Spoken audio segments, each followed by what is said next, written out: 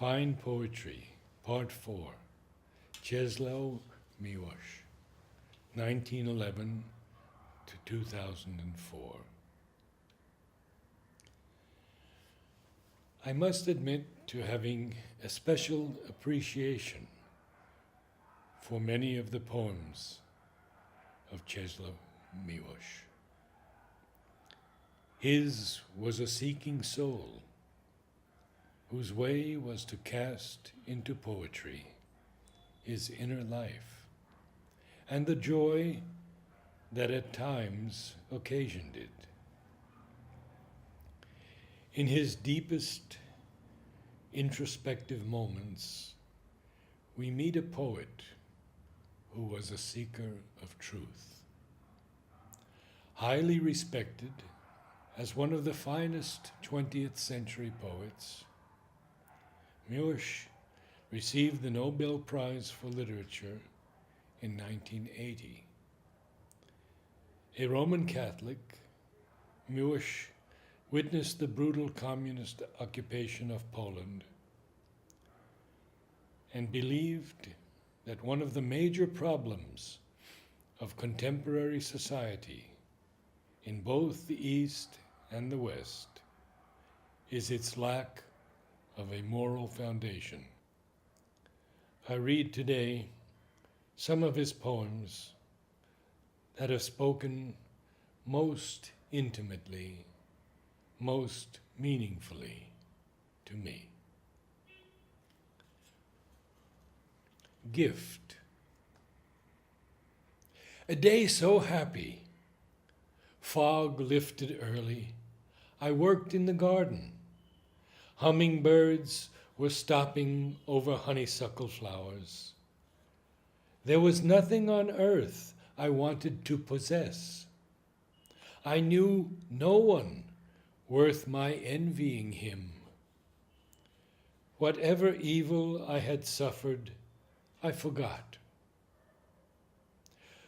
To think that once I was the same man did not embarrass me. In my body, I felt no pain. When straightening up, I saw the blue sea and sails.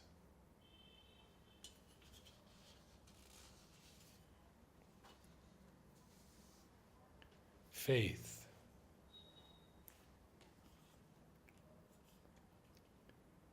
Faith is in you. Whenever you look at a dewdrop or a floating leaf and know that they are because they have to be.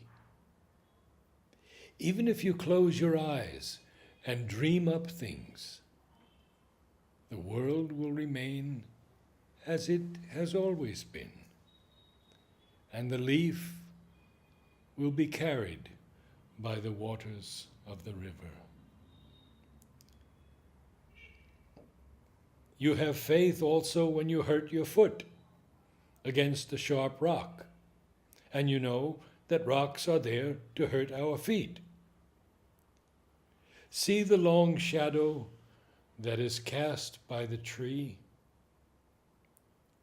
We and trees throw shadows on the earth. What has no shadow has no strength to live. On prayer.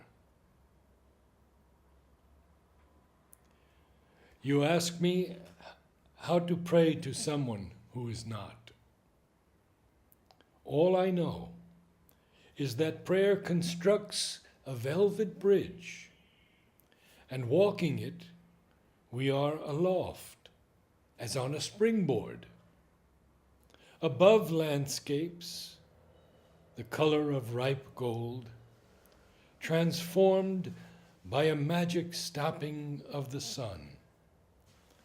That bridge leads to the shore of reversal, where everything is just the opposite, and the word is unveils a meaning we hardly envisioned. Notice, I say we.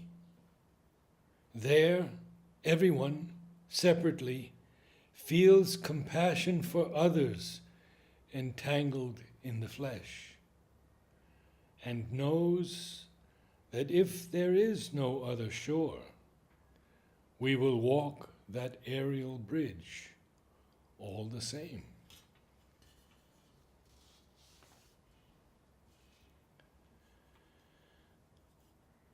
Preface.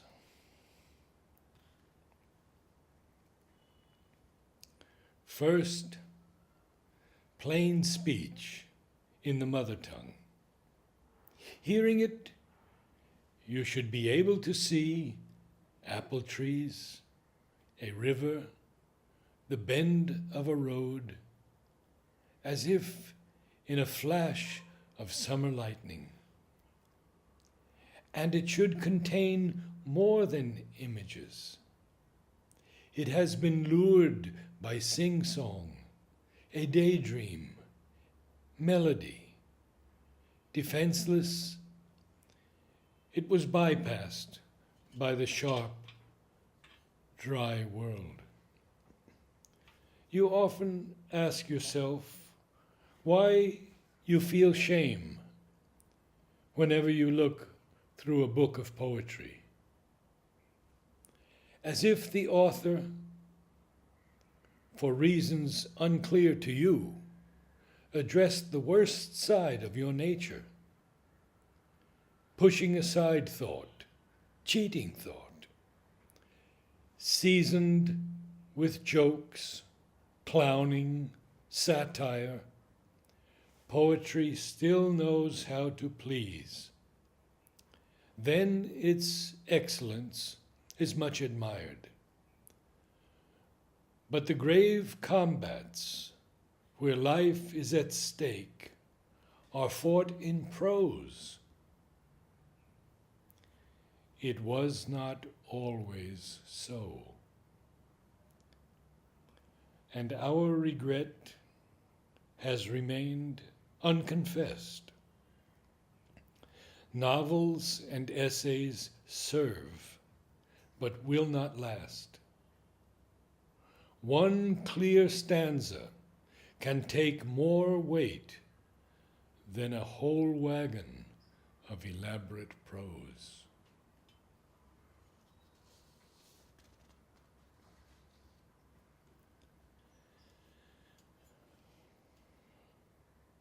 On angels.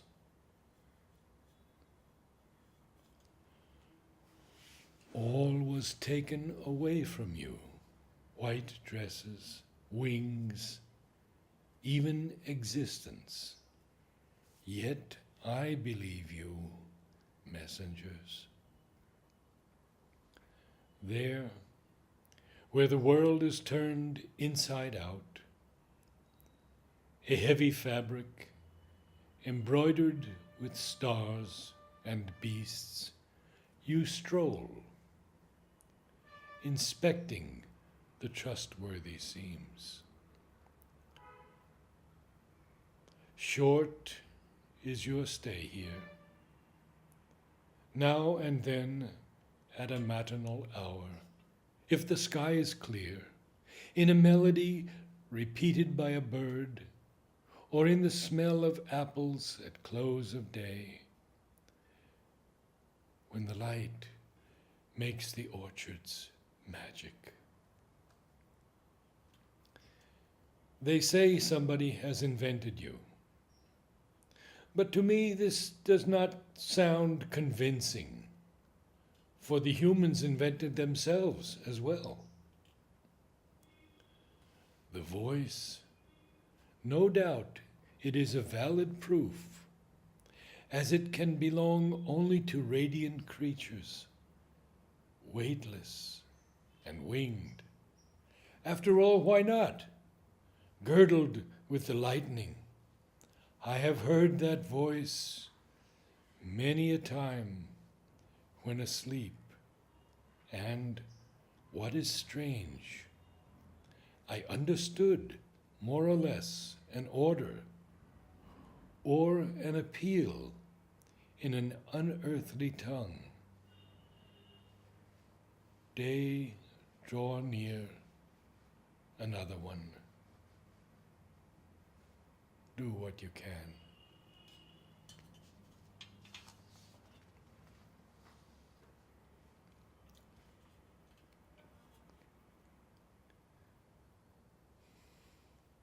By the peonies.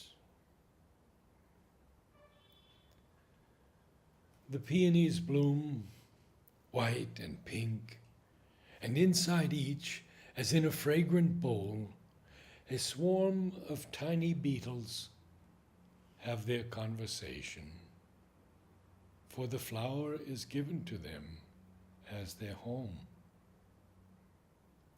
Mother stands by the peony bed, reaches for one bloom, opens its petals, and looks for a long time into peony lands, where one short instant equals a whole year.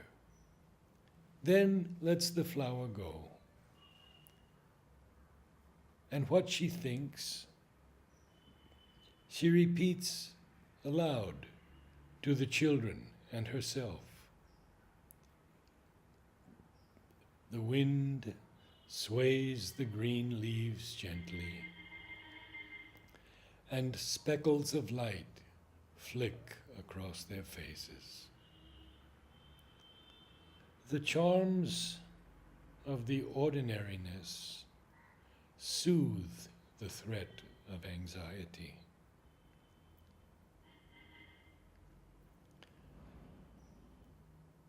Again, this next poem, Encounter,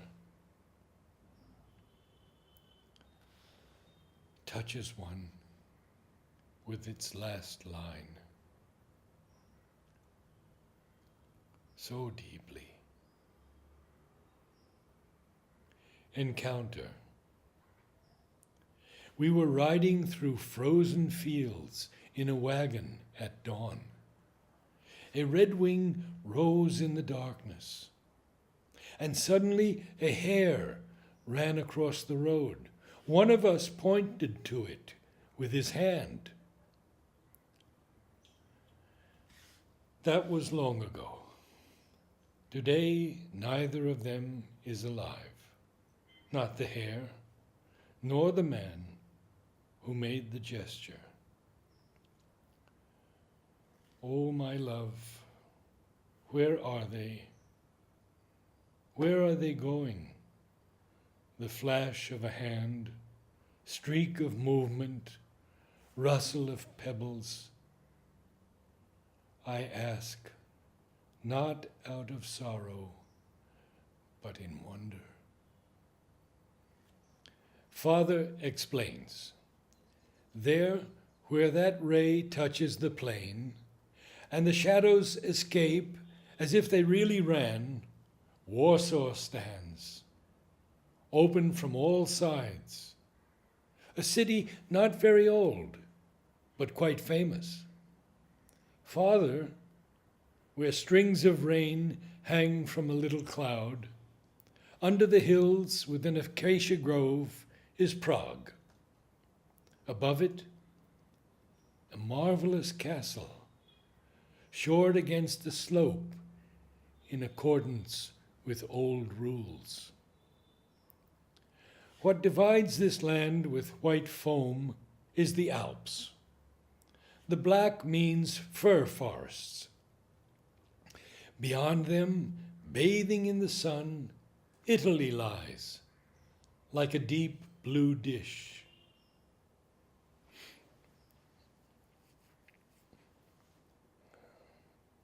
Among the many fine cities that are there, you will recognize Rome, Christendom's capital, by those round roofs on the church called the Basilica of St. Peter. And there, to the north, beyond a bay,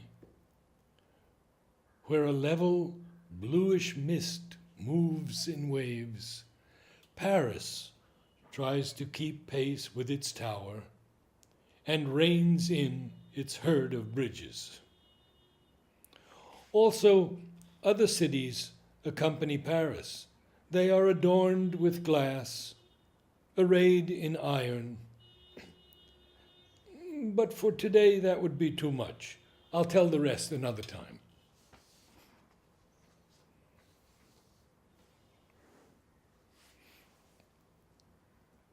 Meaning.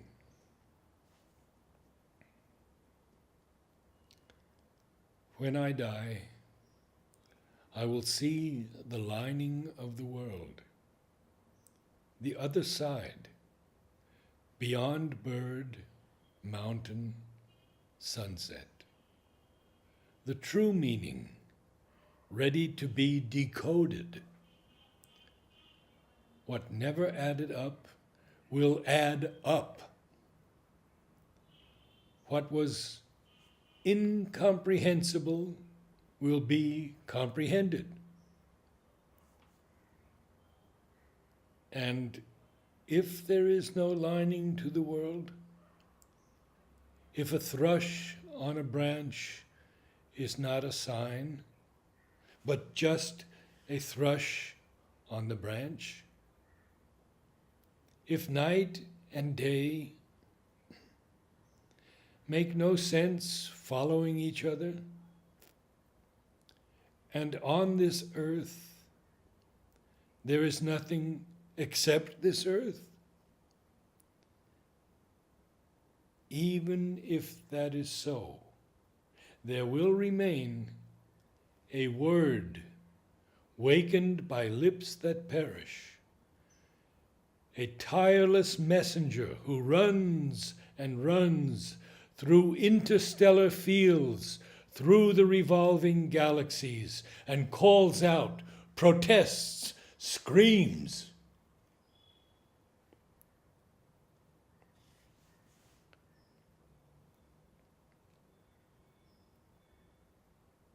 Hope.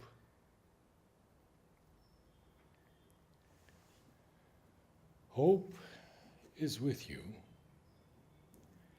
when you believe the earth is not a dream, but living flesh.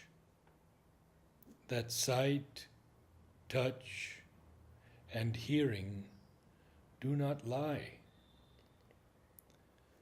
That all things you have ever seen here are like a garden looked at from a gate. You cannot enter,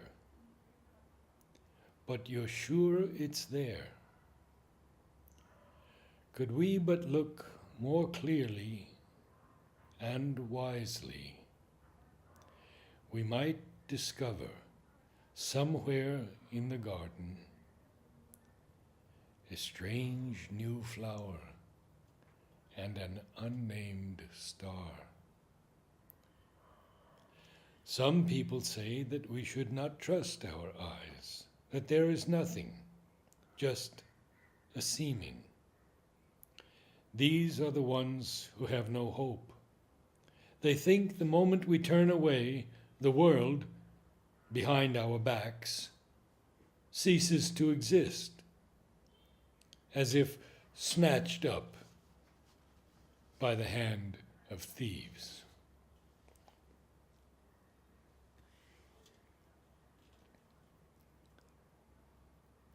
Veni, Sir. Come, Holy Spirit. Bending or not bending the grasses, appearing or not above our heads in a tongue of flame, at hay harvest, or when they plow in the orchards, or when snow covers crippled firs in the Sierra Nevada. I am only a human being. I need visible signs.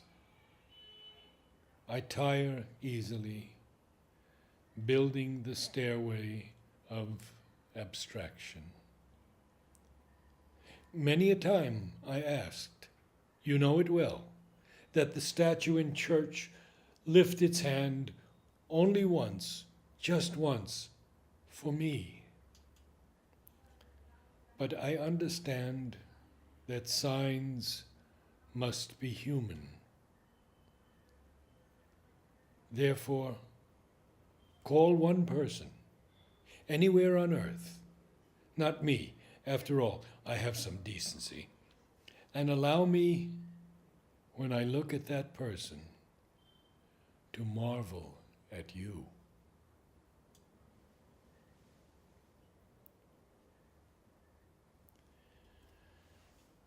Window.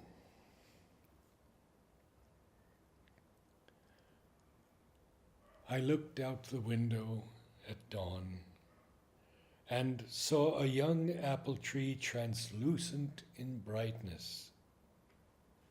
And when I looked out at dawn once again, an apple tree laden with fruit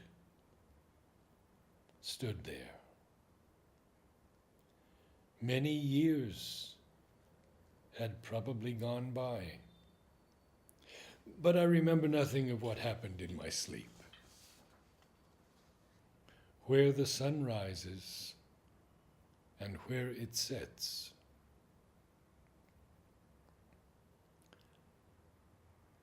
Once, when returning from far Transylvania, through mountain forests, rocks, and Carpathian ridges, holding by a ford at the close of day, my companions had sent me ahead to look for passage.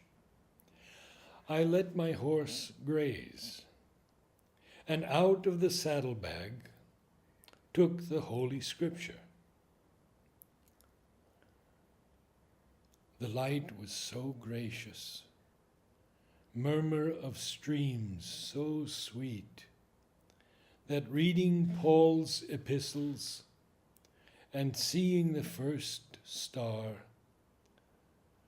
I was soon lulled into a profound sleep.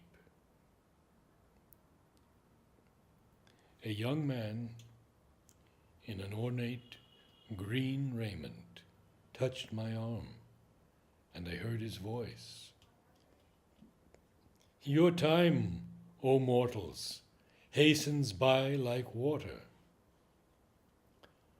I have descended and known its abyss.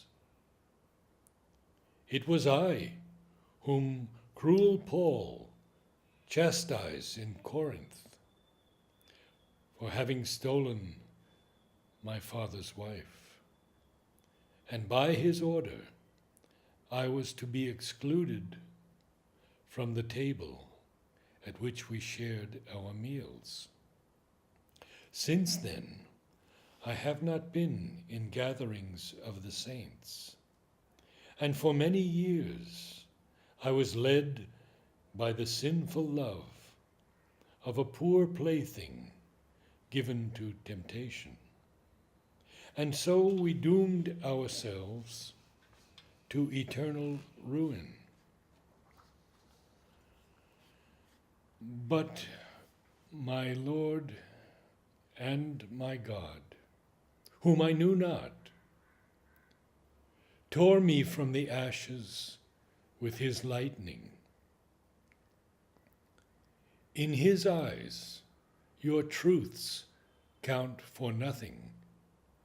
His mercy saves all living flesh. Awake under a huge starry sky, having received help unhoped for, absolved of care about our paltry life, I wiped my eyes wet with tears. No, I have never been to Transylvania. I have never brought messages from there to my church, but I could have. This is an exercise in style, the pluperfect tense of countries imperfective.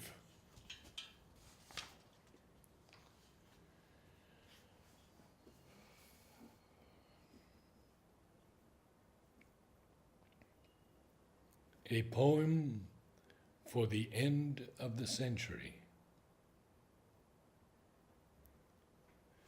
When everything was fine, and the notion of sin had vanished, and the earth was ready, in universal peace, to consume and rejoice without creeds and utopias, I, for unknown reasons, surrounded by the books of prophets and theologians, of philosophers, poets, searched for an answer,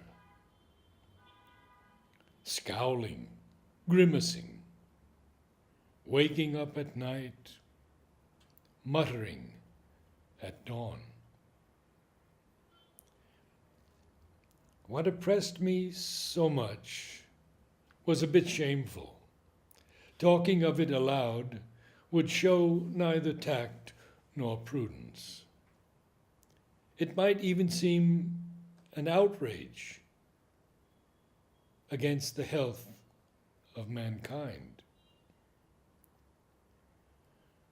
Alas, my memory does not want to leave me, and in it live beings, each with its own pain, each with its own dying, its own trepidation.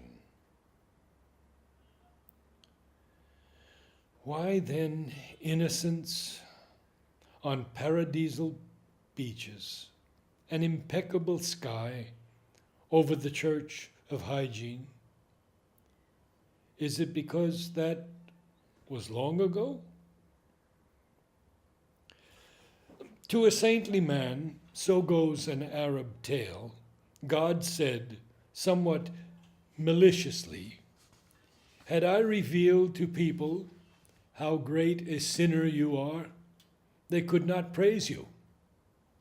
And I, answered the pious one, had I unveiled to them how merciful you are, they would not care for you.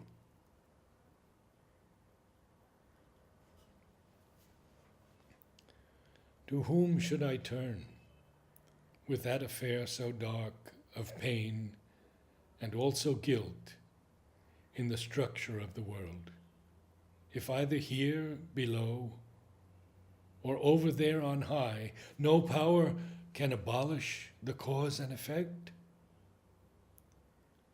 Don't think, don't remember the death on the cross, though every day he dies, the only one, all-loving, who without any need consented and allowed to exist all that is, including nails of torture. Totally enigmatic, impossibly intricate. Better to stop speech here. This language is not for people. Blessed be jubilation, vintages, and harvests, even if not everyone is granted serenity.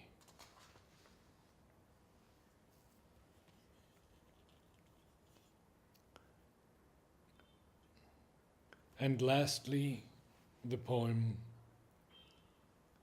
Late Ripeness.